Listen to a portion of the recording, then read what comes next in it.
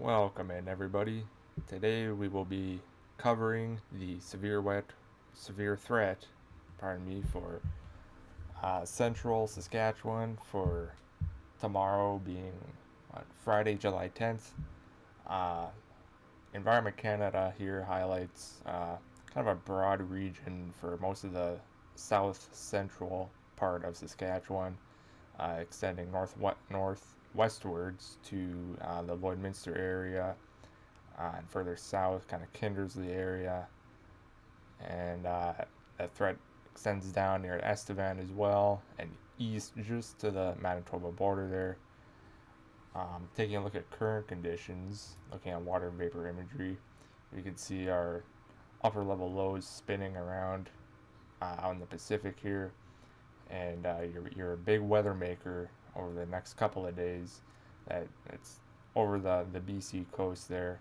We can highlight some of these features here. You can kind of see the cyclonic flow, something like this. Broad jet stream that's currently extending through the prairies here, kind of dives south and contributing to severe weather in southern Manitoba currently. Low, upper level low out here, and just kind of lots of disturbances on the Pacific, kind of high amplitude wave out here. And we can take a look at, I guess, current conditions from Environment Canada. This is the 500 millibar chart at 6 a.m. this morning. You can, it kind of, it shows that what we saw in water vapor there. You know, your upper level low, kind of cold temperatures, a lot of see if we can find temperature minus 22 degrees, minus 23, very cool up at about 18,000 feet there. Some high pressure out here, and these kind of cut off lows that are spinning around in the Pacific and kind of slowly drifting to the east, but some of them might be retrograding to the west, as you can see here. This guy down here, a few hundred, I guess maybe probably a few thousand kilometers off the coast of California here, just kind of spinning and has nowhere to go, so it's just kind of floating out there. But that could certainly eject up into the prairies as it connects up back with the jet stream, which we can see is kind of positioned. Here's the Aleutian Islands, just kind of has, you have some waves in there, but the broad picture is, you know, it is pretty strong for July standards. You know, this is the polar front jet, but you know, we have 50 knot observed here from aircraft and weather balloon data.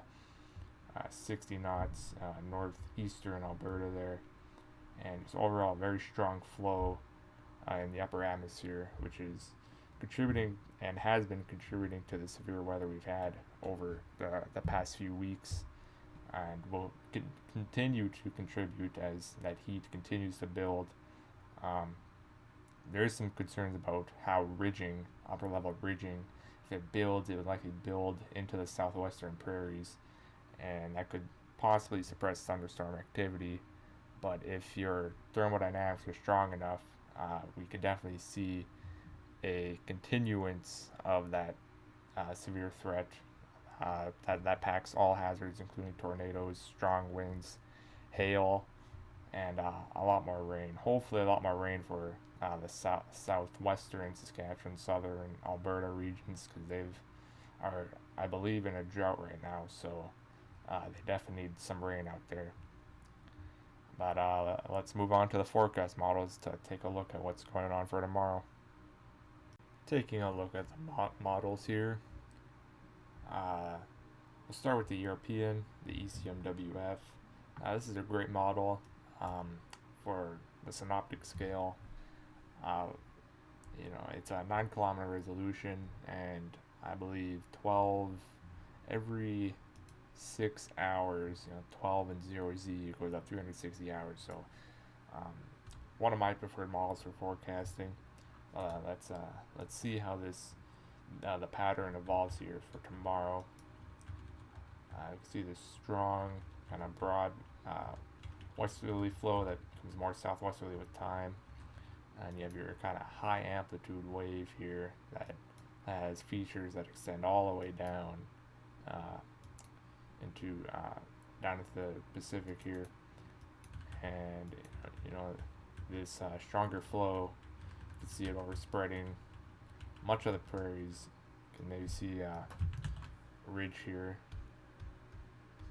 that builds into the eastern prairies, into southeastern Saskatchewan, um, southwest Manitoba, and you see this broad kind of flow out here, and even stronger components of that jet stream that move into the western prairies here. Um, Looking at our moisture supply, which is very important for storms, you can see here's Friday morning. You can see it really kind of, this moisture has been sitting here for days. You can see it's kind of building here. The crops sweating. Further moisture that's been invected into the region from the corn that's been growing in the Midwest, and all this moisture has been sitting here and collecting, and you've had rain that's reinforced that, and the amount of moisture in the air has kind of just stayed constant over the prairies, and this is why we're seeing such crazy severe weather. But we could see tomorrow here, once the sun starts kind of cooking the air, that moisture will kind of sweat off the plants and build underneath a cap throughout the daytime, and that allow moisture to pool in the boundary layer, and those dews will really start coming up here. Kind of sampling here, 67 degrees, 65, very high moisture here. Lots of thunderstorm fuel. I don't believe the Euro has mixed layer CAPE, but looking at most unstable CAPE, you can see it's very high up here. Looking at kind of our mid-level temperatures, which can definitely be the decider. And with tomorrow's setup, you're not going to have those nice cool temperatures moving in. If anything, you'll have warm air advection at around the 3 kilometer level, which is a red flag for isolated storm development. You can see by daytime those hot temperatures from kind of the higher terrain in Montana there, and Idaho kind of just start moving in here, and that I'm sure that's associated with very steep lapse rates in the mid-levels, which we can see here, 700, 500. They're about normal, but there's lots of hot air moving in, which can be a good or a bad thing for storm development. But without the lack of kind of larger scale synoptic ascent, it may be hard to get a large range of storms tomorrow. I guess we should look at our boundaries. I guess 21Z. Kind of draw those in here. May have low pressure along the Saskatchewan-Alberta border, and some sort of frontal feature. This could even be kind of a dry line or a moisture boundary. Just draw this as a warm front for the time being, and probably some sort of cold front. Check out the temperature field. So blue here, and maybe some sort of cold front that extends into Alberta there. Don't know if there's an occlusion anywhere, but it's kind of the general picture for your fronts tomorrow, and these are mainly going to be your focus, unless we have further convective development or short waves moving through the flow. We can take a look at 700 millibar vorticity, which give us an idea of kind of where chunks of energy are in the atmosphere, and these can be focused for storm development once the atmosphere destabilizes in the afternoon. You can kind of see here um, near the Lethbridge area Friday morning, and this moves over your moisture, kind of just impinging in the Saskatoon area and southwards. And this energy can definitely be a focus for your thunderstorms.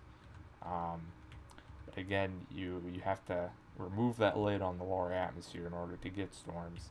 And the models didn't pick up on that very well. Yesterday on Thursday, I went out chasing, and the models are showing an uncapped atmosphere kind of near the Kindersley area. And when I was out there, the cumulus field completely eroded. You could tell it was capped, and you had a very nice tornado that occurred kind of near the Lloydminster area here in southwards near Paradise Valley. Um, and yeah, that cap in the atmosphere has been notoriously been modeled bad by the weather models. Um, it's mainly kind of a lack of data problem, which is a reason why the weather models have sucked so much this year. But that could be an issue for tomorrow. To get kind of a broader view, we can hop over to Aguacero here and kind of plot some more advanced fields. On the left, I have 500 millibar vorticity in the orange shaded. These contours, the contours that kind of go from gray to orange here, are differential positive vorticity advection through the 400 to 700 millibar layer, which tells you your vorticity advection term, which is useful for diagnosing vertical motion. And the black contours here are 300 millibar height field. Over the right, we have kind of a standard MSLP precipitation, and then 500 millibar thickness in the dashed red here, and in the background 700 to 300 millibar relative humidity, which I like because it kind of gives you a view of what the satellite may look like for the next day. So it can kind of show you where kind of give you a hint, where you might have cloud cover moving in, where you might have dry air entrainment, which could be bad for storms. And it's just nice to generate a picture. But moving through to Friday, we can see in the morning here the effects of that shortwave that are out by Lethbridge, and this energy kind of moves in here by mid to late afternoon, and the Euro has a lot of dry air vecting in subsidence from this ridging that's further south, and all the precipitation that's been dumped out here over the mountains has been kind of squeezed out. So all that very arid, dry, hot air with the steep mid-level lapse rates. You can take a look at the sounding here in the Euro, and very mixed air here. This is like kind of classic, very hot, dry air mass with very high dew points for being this elevated on the terrain here. But yeah, lots of this hot air moving into the southern regions here, which could again be a problem for storm development. You could get a cap on that atmosphere, which will likely confine your storms to those boundaries. Your warm front and your cold front, kind of positioned as your warm front roughly, and your cold front that kind of might extend out through here roughly. And lots of warm air kind of making its way over this warm front. And in the summer, your warm fronts are kind of diffuse, so I don't know if you'll be capped north of that. We'll have to take a look at that if you have a cap north of that warm front, because this might just be elevated convection that the Euro is throwing out here. Taking a look at your supercell environment, um, we should probably start with uh, the necessary ingredient for supercells, which is strong enough wind difference between the surface and the mid levels. Ideally, you'd want about 30 knots um, for that difference, and the 500 millbar winds here from the NAM show, you're definitely right on that the edge of that criteria there. You have just general, 30 knot flow with some stronger flow over the uh, southern Rocky Mountains off Calgary, and this flow will definitely be strong enough for supercells. You have enhanced bulk shear along that boundary, not only because winds um, decrease along that boundary, but you'll have an enhancement to the mid-level flow because your thermal wind relation, where you're gonna have hot air south of that boundary, kind of cooler, moister air east of it, and that will excite a pressure gradient in the mid levels, where you'll have stronger upper level flow. Um, so you'll likely be seeing. We can look at a convective model that should hopefully cover that latitude, and we can look at bulk shear here. This is the work ARW, or and we can see even before convection here, 43 knots, 40 knots, right along that boundary. So definitely enough wind shear to support supercells. We can look at, alright, go back to the NAM here, and we can look at how likely moisture is to mix out along that boundary, or how aggressive it will mix out, which could be a concern for sustaining a nice cumulus field. You see lots of 50 lower 50s into mid 50s moving in here, and then by around 6-7 o'clock it kind of mixes out and your boundary stalls here, and you kind of get boundary collisions. So more storms could pop out of that, but they'd be struggling to stay surface based. And it's always kind of random if you get a storm with these kind of moisture regressions in the evening. Sometimes it happens, and you can get very cool laminar structure on your storms. I saw it out near the Dundurn area on Highway 16 here. Caught a storm driving back from a storm chase, and got some nice cool pictures with the sunset on a little mini stable supercell. So that was pretty cool to see. Kind of some mesoscale things in action. Going back to on topic here, we can look at we can look at our checklist here. We have strong mid-level flow for supercells, so you're definitely going to get thunderstorms that can rotate, but the ability for them to prefer a direction will depend on how curved your photographs are in the low levels. And one factor that affects the curvature of the photograph is how strong your winds are about the 1 kilometer level above the surface, and you don't really have strong shear at that level along your boundary here until you get kind of further east in eastern Saskatchewan, but your boundary being located somewhere like this. So if you get storms that fire off that boundary and move into this environment, kind of near the Yorkton area later in the evening, you can see we destabilize here by 7 o'clock, but lots of wind shear here. We can look at our effective inflow layer, 157 meters squared per second squared of storm relative helicity. So definitely enough shear to possibly kind of squeeze a tornado out there. But I have a feeling that Your tornado potential for tomorrow is going to be focused on boundaries and storm interactions because uh, you're likely to get storm development, as that along your mixing gradient that kind of tightens out in the northwest here.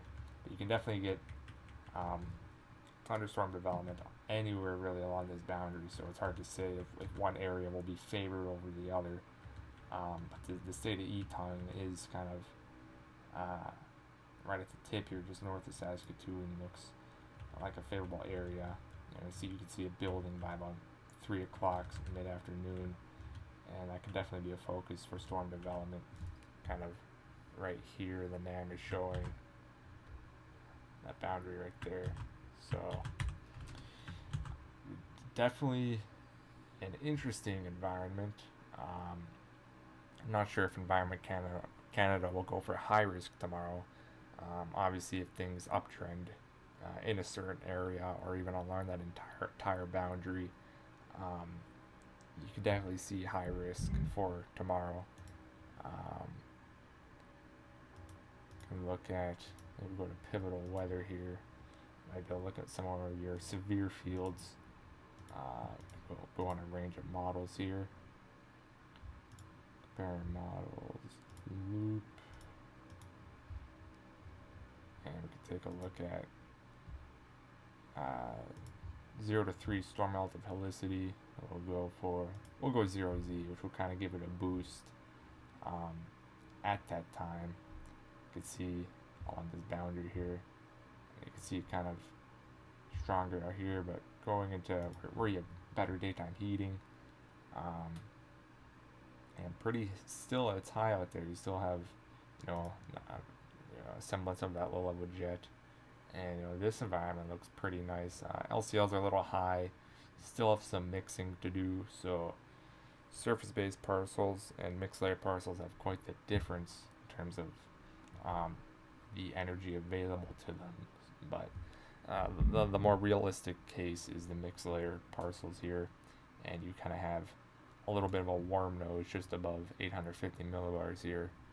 So again, I don't think you'll get storms east of the boundary really, but again, you never know what could happen.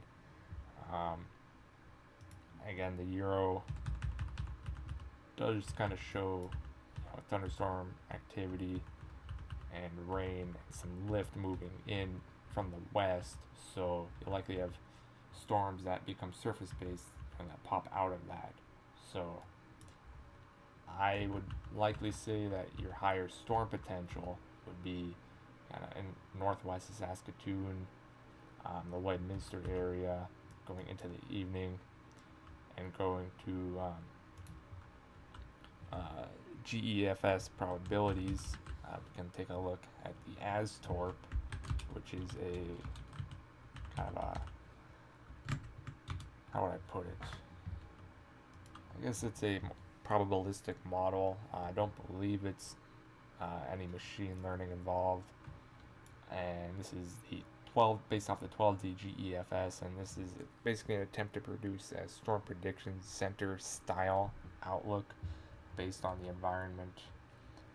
And you can see for tomorrow moving in, possibly some early thunderstorm activity that would develop on your northwestern mode, and you can see your higher probabilities are further northwest of Saskatoon, but further southeast, you'll likely remain capped, and subsidence on the eastern side of this ridge here, and maybe subtle ascent, or at least less subsidence further northwest. So southeast will be really kind of random where you get a storm, if you get a storm at all. But your higher chances of seeing a storm are definitely in that Lloydminster to Meadow Lake, Prince Albert, and areas north of Saskatoon, including Saskatoon itself. So storm coverage will be sparse, but You can see even the GEFS has a 2% here at 0Z. Likely as storms have established themselves, have clustered a bit, they will. It's probably picking up on some sort of enhancement to the wind field in the environment, which has kind of been what has happened in the last couple of setups northwest of Saskatoon. It's been capped in the afternoon a bit, and then you get storms to cluster, and the models kind of pick up on that complex and that forms, and it usually kind of boosts the tornado parameters, but your storm mode is not really favorable at that point. Neither are your thermodynamics at 0Z. So, yeah, it will be an interesting day tomorrow. I will be out chasing kind of near that North Battleford area after I get off work.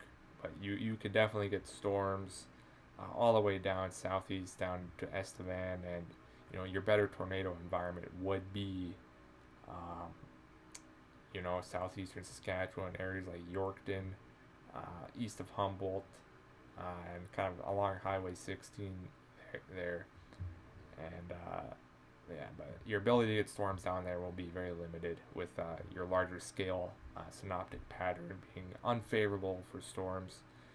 But it could definitely happen, which is why Environment Canada highlighted, your potential for storms, southeast there. So we'll move on to Saturday's threat, just to kind of get a broad view and look at what could happen, and go back to the euro here. Go back to 500 millibars, and you can see there might be a high tropospheric wave moving in. You can see by Friday evening you have kind of a short wave on the backside here, stronger flow. You amplify your mid-level trough here, and it kind of digs a bit, still positively oriented here. You have this very strong southwesterly flow, as you have a cold front that would likely have your surface pattern would likely look something. I guess this is quite a bit later, Saturday. But as your trough kind of moves southeast, and you have this ridge here, you increase that pressure gradient there, so you have very strong flow over the Rocky Mountains there, which is this is very, very, very strong flow for July standards. You can look at the euro in terms of moisture, and it does build it here near the Red Deer area. Again, further into Saskatchewan, again, you're going to have those possible capping issues from as you have on Friday. Very strong 700 millibar winds that come down. These are likely to be very hot and warmed adiabatically. As that air sinks and it compresses, it will warm, and that could put a further cap on your eastern target here. Let's look at that dry line circulation in the foothills is active. I don't know if the euro will pick up on it very well, but you definitely have some sort of cold front near the Red Deer area. Something like this. Have your boundary.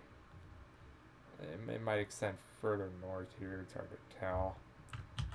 We can take a look. Get rid of that. Take a look here. Look at the thickness pattern. Kind of a broader synoptic view. And you can see that strong forcing. As you have your wave kind of diving in here, and you'll like have height falls that overspread that cold front near Calgary, or near Red Deer, and you'll have cold air damming, that cold air kind of pushing up against the foothills, and it will be rushing southeast in the afternoon hours as you establish more of a temperature gradient. Um, but honestly, that moisture pooling along that cold front, you have northeast surface winds, very strong mid-level jet. Uh, you see these kind of environments go pretty crazy in the foothills. Didsbury of 2023 um, had a similar situation where he had very high dew points, 60 all the way to 65-degree dew points, pooling on a cold front that kind of stalled uh, out along the highway that goes from Calgary to Edmonton, and you had a storm develop on that. In otherwise, you did have very high storm eligibility. You had enhanced vorticity along the front, and overall very powerful supercell. But you see these types of environments go pretty nuts in the foothills. So personally, if I were chasing, I would like to chase the kind of Red Deer area. Of course, you could have big time hail potential as well, as these if your storms along that cold front become cut off. Um, that would definitely increase hail potential, as your supercell would weaken a bit, and then your hailstones would be able to grow in the updraft, which that's common for hailers out here, and then the cold air damming to accelerate your storms rapidly. You see massive hail swaths. We saw massive hail swaths across southern Alberta. Last week, I believe, last Thursday or Friday. Again, you see these environments produce massive hailstorms all the time in Hail Alley in Alberta here. But yeah, that moisture and instability extending eastwards.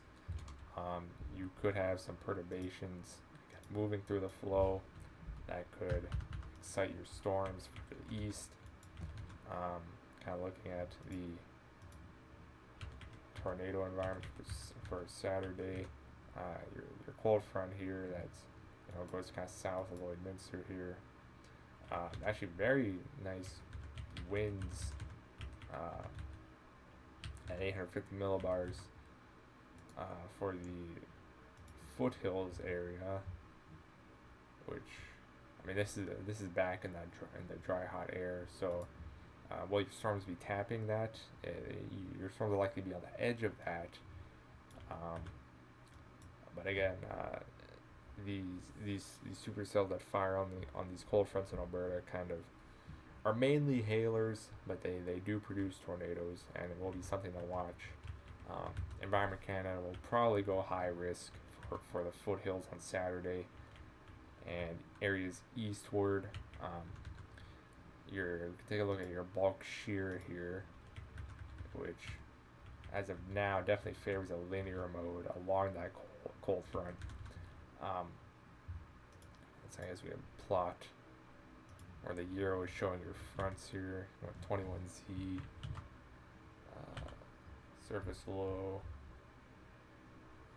I guess I should probably be positioned a little further north here.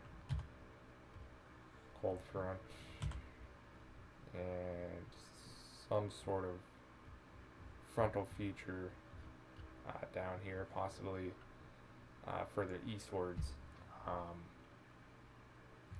So taking a look at those bulk shears, see this pocket of the warm sector here is favorable for discrete supercell development. And moving over to 850 millibars, this is what you want to see if you're out there and you want to see a tornado, especially at 21Z. Pretty nice low level winds at that time, which is early. You can take a look at maybe why that's happening. This very fast moving short wave out here will induce a mass response, so you want to have winds moving northwestward, and then this cold front, the gradient is pretty strong out at 850, which is probably the main reason why your 850 winds are strong out there for being so kind of early in the day. Um, but in terms of storm mode, if that cold front moves too fast, you could get rapid upscale growth. But as of right now, your bulk shears are very, very nice in relation to that.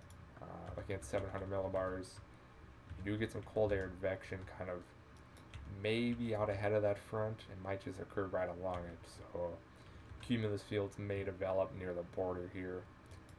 Going back to the GEFS for probabilities, you can see for Saturday here is for the 10th, going to the 11th. Here's has higher thunderstorm potential, northwestern Alberta, likely as that short wave moves through. Take a look at that.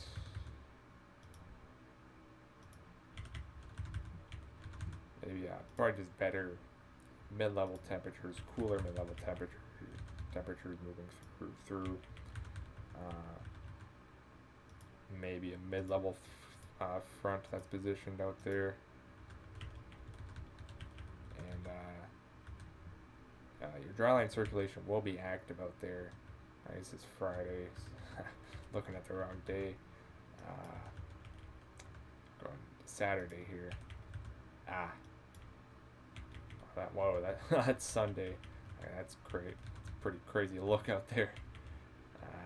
Don't know if you have moisture. You can take a look at that later. But yeah, Saturday or northwest Alberta kind of have very strong flow, and maybe a couple of short waves moving through, and some height falls. Your height falls will again be kind of removed from the foothills out here, but your dryline circulation, cold front will likely get things done out there, and you can see that your dryline circulation has moisture kind of pooling in northwest Alberta, so that instability is going to build into the evening and taking a sounding out there.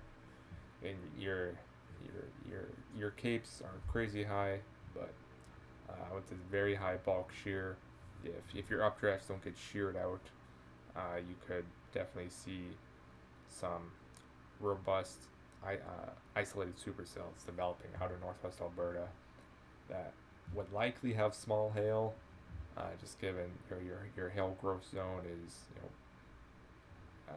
not really in the range of this sounding. Because your minus 30s or minus 10 to minus 30 has, I guess, moderate cape, so probably see medium-sized hail with storms that develop out there, but they're gonna struggle with instability for sure. But in general, for to highlight Saturday's threat, thunderstorm activity would likely be confined along this area.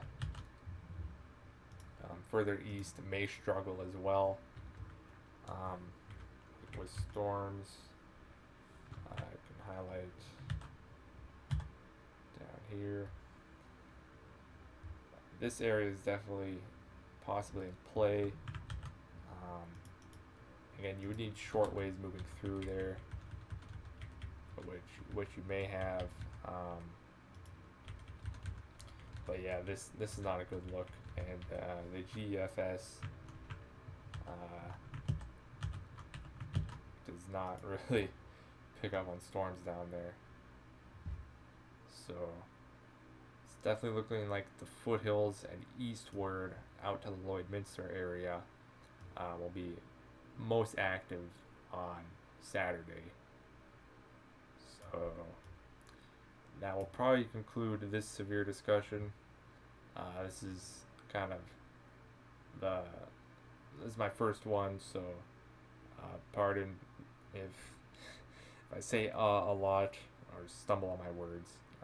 Not really the best at talking and organizing my thoughts in a concise way and forecasting, but yeah, this is the first of many to come, and I'll definitely get better over time.